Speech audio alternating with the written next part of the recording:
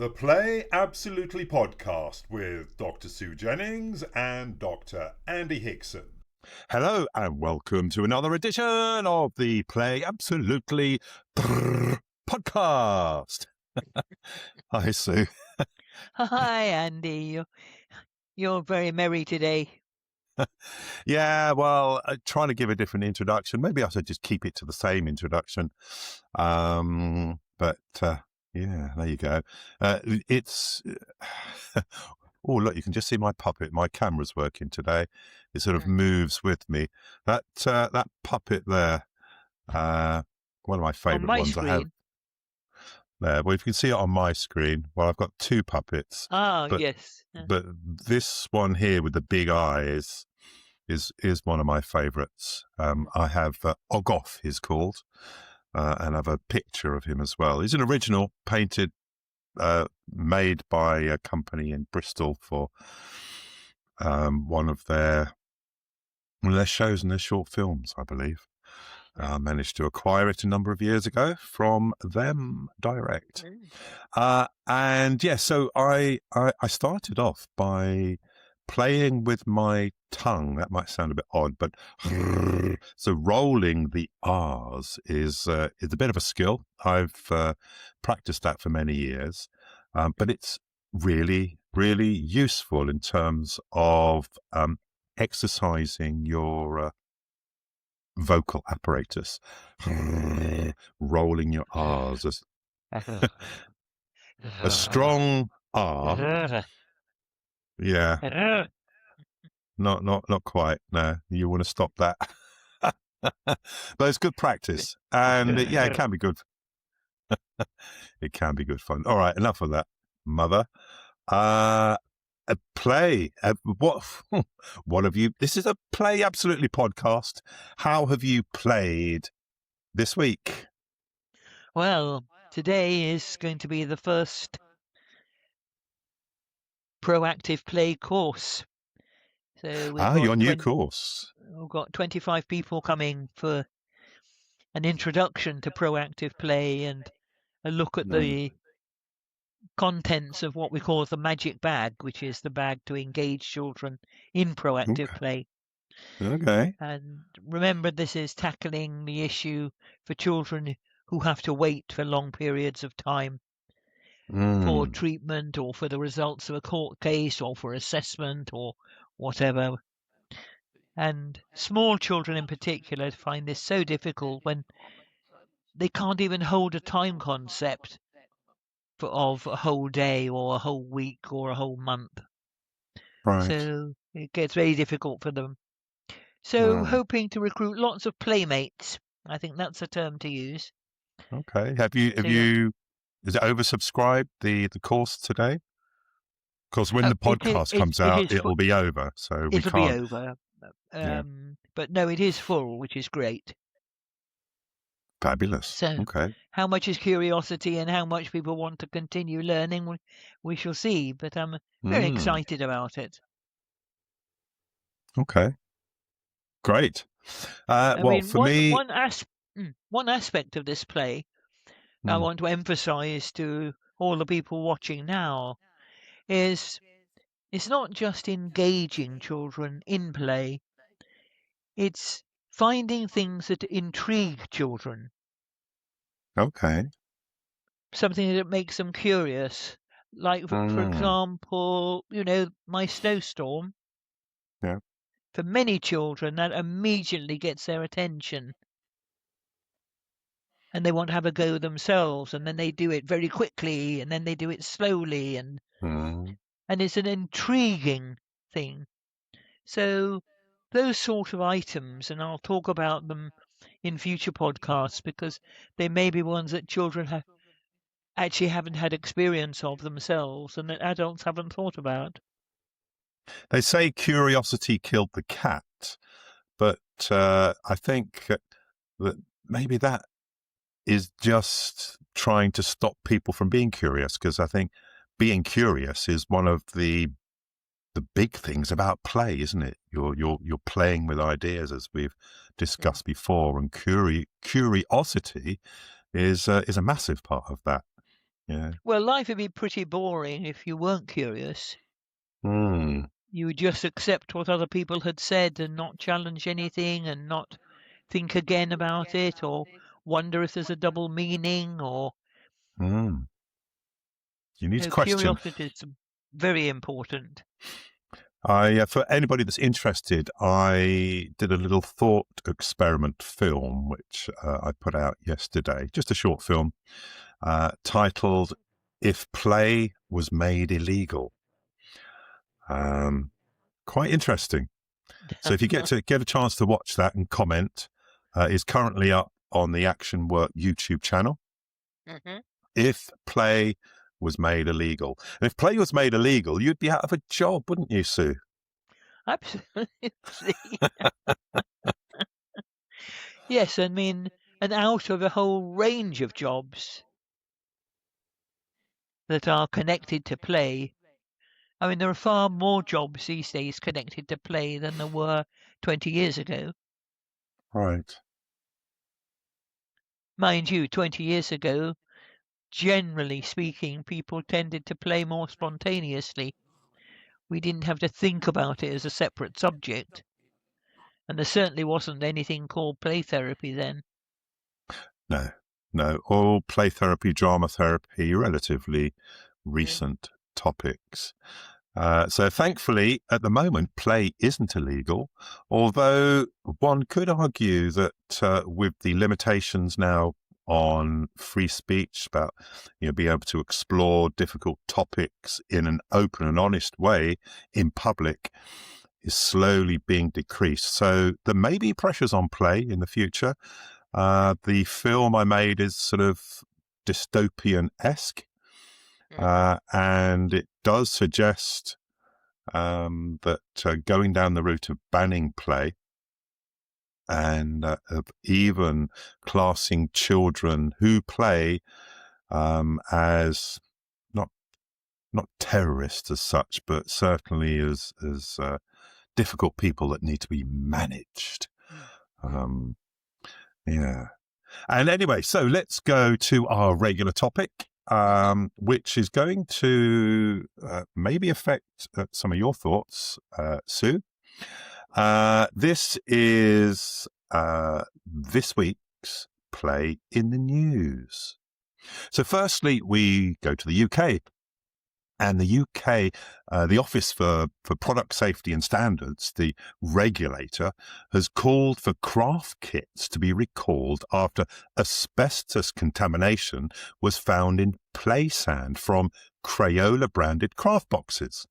The product safety regulator issued recalls because sand in specific Crayola-branded craft kits may be contaminated with a small quantity of asbestos, a banned substance. The notices set out disposal, clean-up steps, and list retailers involved in withdrawals and recalls.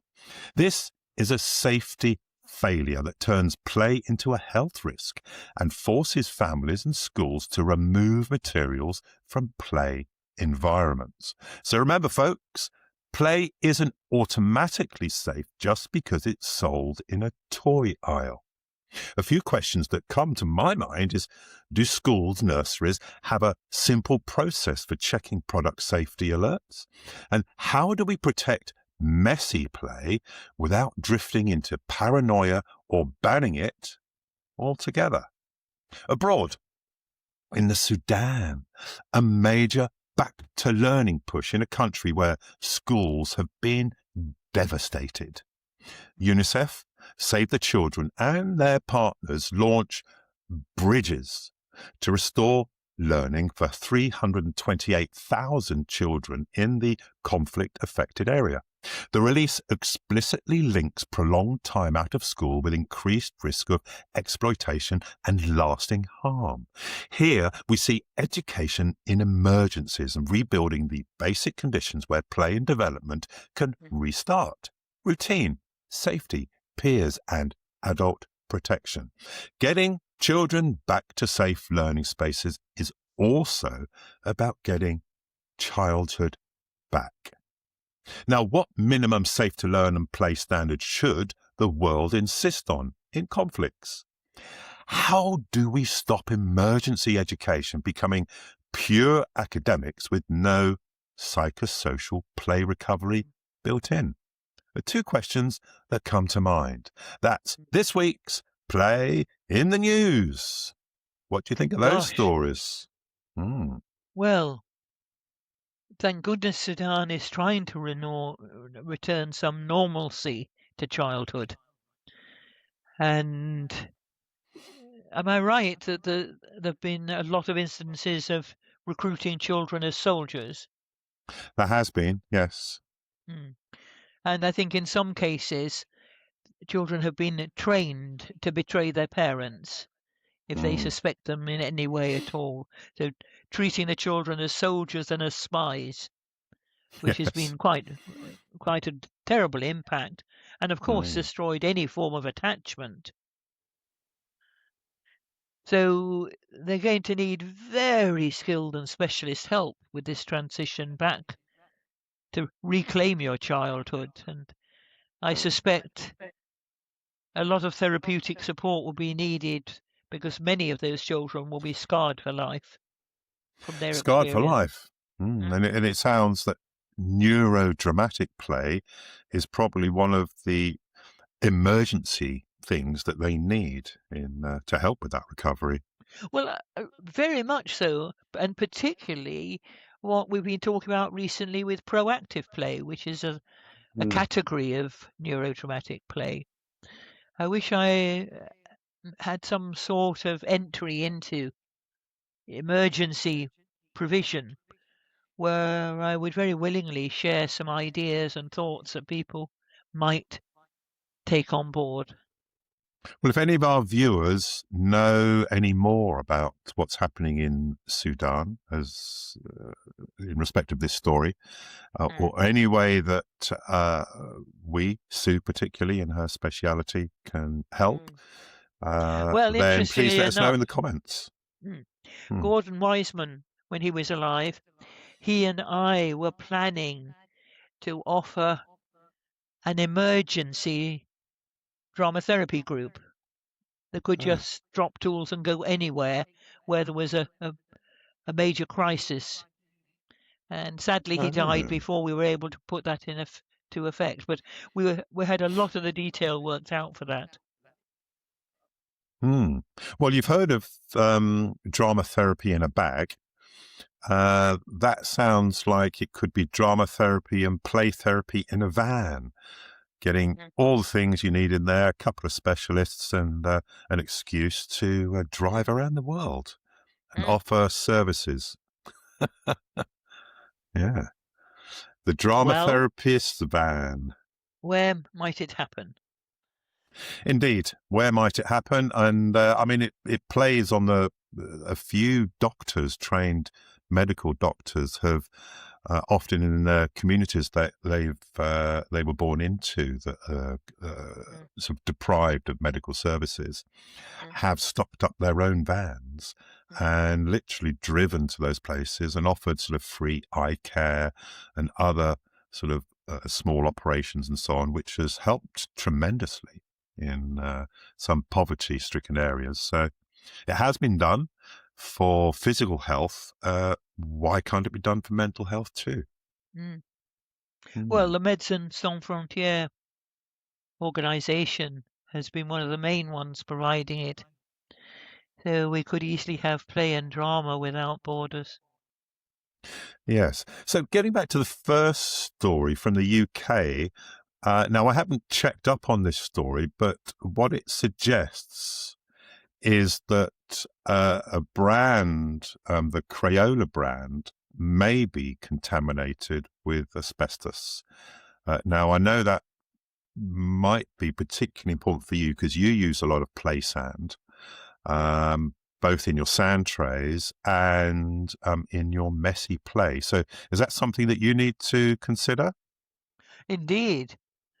And in fact, just to be on the safe side, in case, all imported products for use in play, I have to check whether they do adhere to certain safety standards. How do you check something like asbestos? I mean, there's no immediate sort of test that you can run yourself on the sand. So, I mean, do you just have to trust other people? I mean, this is something I've got to find out as well and be able to check our members that they have this information. I mean, there must be an agency somewhere that is recommending these tests. I mean, the NSPCC is very good with their health and safety information, and that might be a good place to start. But you see, even additives, for example, a lot of people play with molding sand now. Right. And I found out my hands were itching whenever I touched it. So I looked at the contents, and it's got polymers in it, and polymers, they put that in hairspray and things like that as well. Right. And it would seem that I have an allergy to polymers. Okay. So how often is anybody checking children's reactions to substances? And if they don't want to touch something, is that being interpreted in a psychological way when it could actually be an allergic reaction like I get? Yes, indeed. Okay, so on that point, the dangers in play. We've sort of touched a little bit on some of the dangers in play, like in the products as we've just been talking about. But what else, in your mind, in your experience, could be classed as play that could potentially be dangerous, and things that we need to watch out for, that we need to check, that we don't, a type of play that might appear to be, okay, something that people have done for a long time, or even new play. Where's some of the dangers? Well, the first thing I would always say is to do with small parts that can be ingested or put down ears or up noses. Okay. And so many things have small parts. I mean, a lot of people were using a type of water bubble for a time, but then they found that these bubbles could burst and the contents wasn't necessarily good for children. So there's been big questions about those.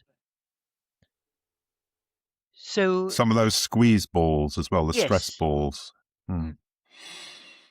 And really, we just have to get into the habit of checking contents the whole time. What about things like, in sort of recent technology, so online video games, other sort of playful applications and so on?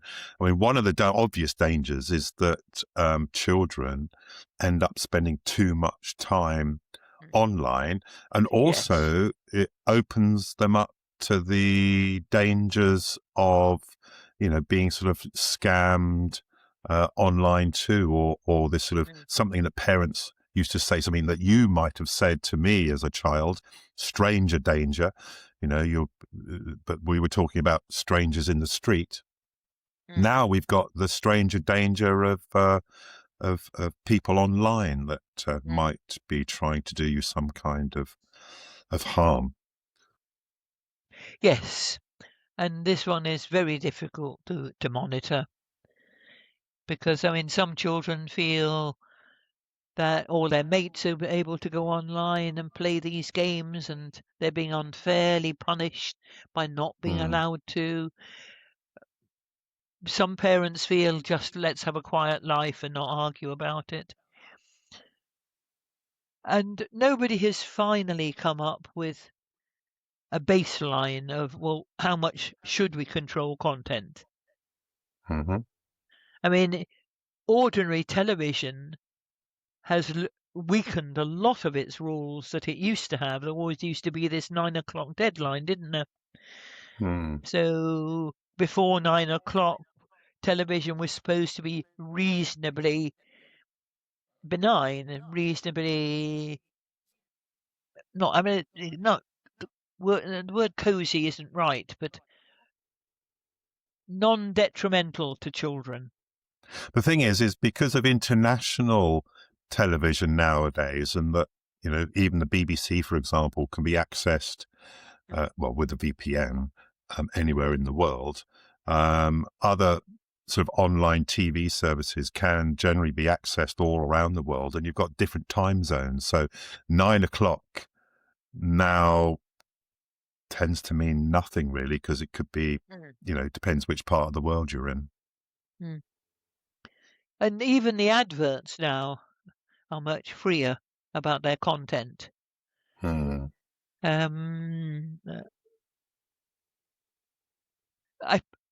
have concerns about this, but I'm not too sure how you can control it. No, and maybe it's not up to global control, but maybe it's down to local control, and that's something that you need to be looking at parents to be monitoring at the very least. Not giving their 2, 3, 4-year-old, 5-year-old children mobile phones to keep them quiet as they're walking around the supermarket, and not giving your sort of 5, 6, 7, 8, 9-year-olds free access to sort of online places like YouTube and so on, which often have uncensored stuff that you're talking about, including a lot of adverts as well. So, I mean, not taking access away totally, but, teaching. So, I mean, how do you deal with the fact that a lot of air fresheners and air cleansers do cause allergic reaction in people? And yet they freely advertise at any time of day and promote this marvelous artificial natural smell, that people even come back into the house to smell it again before they go to work. And these ludicrous images to do, on the one hand, this positive chemical smell, but then on the other hand, keeping repeating, are you sure your house doesn't smell nasty? So it's undermining people that maybe their household is smelly or unpleasant or worse than somebody else's house. So smell has become a competitive item. Yeah, and I've noticed inducing fear. I've noticed now people smell sheets to see if they're nice. People smell each other's t-shirts. They haven't quite got as far as smelling each other's bottoms, but I wouldn't be surprised, because everything is to do with smell. Yes. Yeah, I wouldn't disagree there. And I think a lot of it has to do about inducing a kind of fear into people. If you don't buy this product, then your house is going to smell very badly. But this artificial, this chemically induced smell in your house or on your clothes is not something that I aspire to. In fact, it's something that actually makes me nauseous. So and I think we try to make things too clean. The cleaner we are in all things that we do, then the less resistance I think we have to a lot of pathogens, to dirt and so on. So having a little bit of dirt, a little bit of what I call misplaced matter, is something that can actually help your own immune system. But for us, we have zero, air fresheners or anything like that. We might have some essential oils burning, and not the chemical ones, so pure, proper essential oil. Every time we go out walking, we might pick a few flowers or get some leaves that have a nice smell, and either just leave them out. And even things we use in our cooking, if we peel an orange, if we peel or use a lemon or any of the citrus fruits, we don't immediately throw away the peel and the pith and so on. You can leave that in the bowl for the rest of the day, and you're getting a nice citrus flavor, and even drying them out as well. So we tend to use a lot of natural smells in our I house. did a whole sensory play workshop based on citrus fruit. And we passed round the group a grapefruit, an orange, and a lemon. And I made sure, the lemons were knobbly, so the feel was a bit different. And it was very interesting. Most of this was teenagers who had certain learning difficulties. Okay.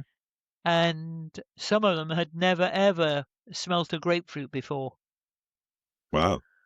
They recognized lemon and they recognized orange. So we passed them around the group, we felt the skins, we smelt them, and then we washed them and cut them up and we all tasted them.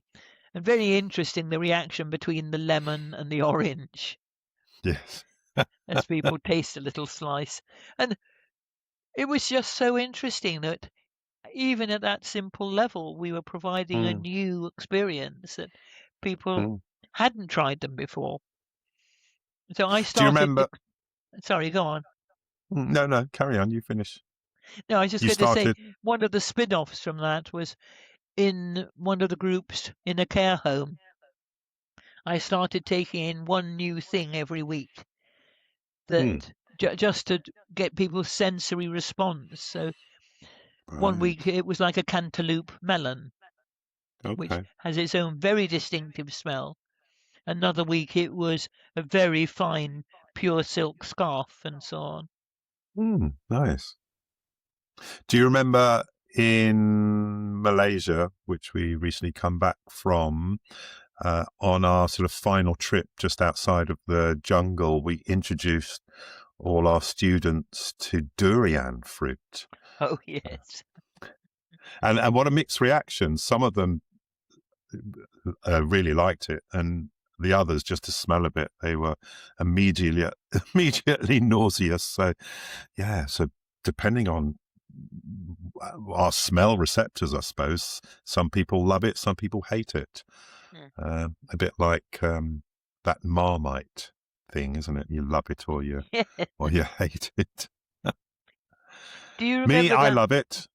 Oh, indeed. Do you remember that quotation from that traveller's book about durian? Well, one that I've heard, it might be different than one you've heard. They say it's like eating something really tasty inside a urinal or something like that. Ah, well, similar, but a bit more specific. In this book, it said it was hard to describe. The nearest they could get was that it was like eating onion custard in a urinal. Onion custard. See, onion custard sounds disgusting. But durian is nice. I mean, durian for me is I like it both sweet and savoury.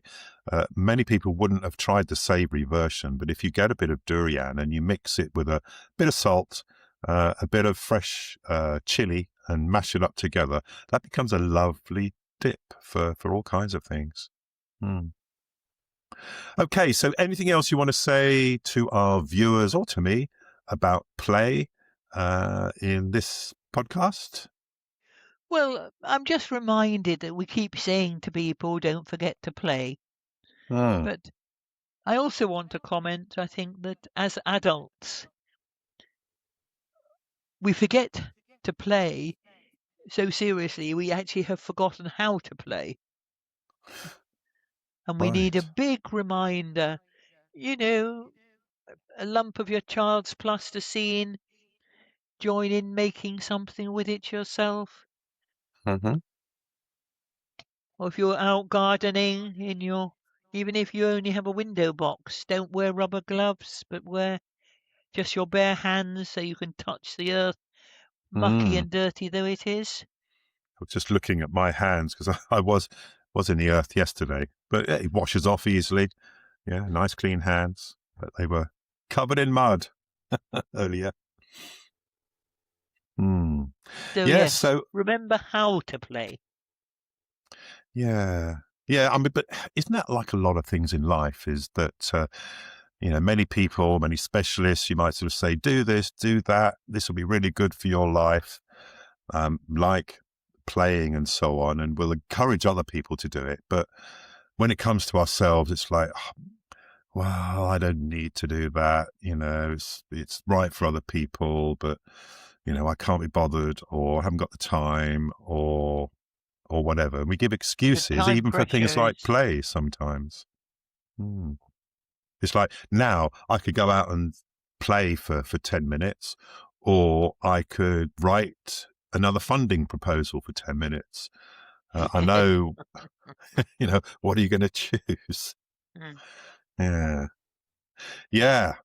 Okay. Well, let's end this week's podcast on that point, that it's important to try and find time to play. Maybe allocate 5 or 10 minutes each day if you're not playing as part of your job, being creative. And as we end all of our pods, if you're feeling the blues, you're feeling a bit down, have you got an activity that might help people feel a bit more positive in their lives, Sue? Yes, don't forget to have ducks in the bath. Whatever age, you can actually have a laugh playing with 2 or 3 ducks. That's all you need. And I suppose we better say to people that as part of your last birthday present, we Yes. gave you 100 little ducks. Yes, you did. Marvellous. Yeah, 100 ducks. Playing with 100 ducks. Okay. For me, I don't have anything specific this week to suggest to people. I don't want to repeat something that I've suggested in the past. So what I would say is just take time out and play with something. I mean, you said plasticine. Even if you're stuck in the office and you've got no toys around you, get some blue tack and just play with that blue tack. It soon become malleable, just like plasticine. Mold something, play with something on your desk if you can't do anything else. That's going to take your mind off it. So, yeah, don't forget to play. And we mean that seriously. Do some serious play. Okay. We have ways of making you play. We have, yes. Okay, so if you've liked today's episode, this week's episode, please drop us a like. Comment below what you'd like future podcast that we talk about, and subscribe to the channel. That really helps us. And I'll end with don't forget to play. Really. Thanks, Okay. Andy. Good to see you. Bye. Yeah, you too, Sue. Bye-bye.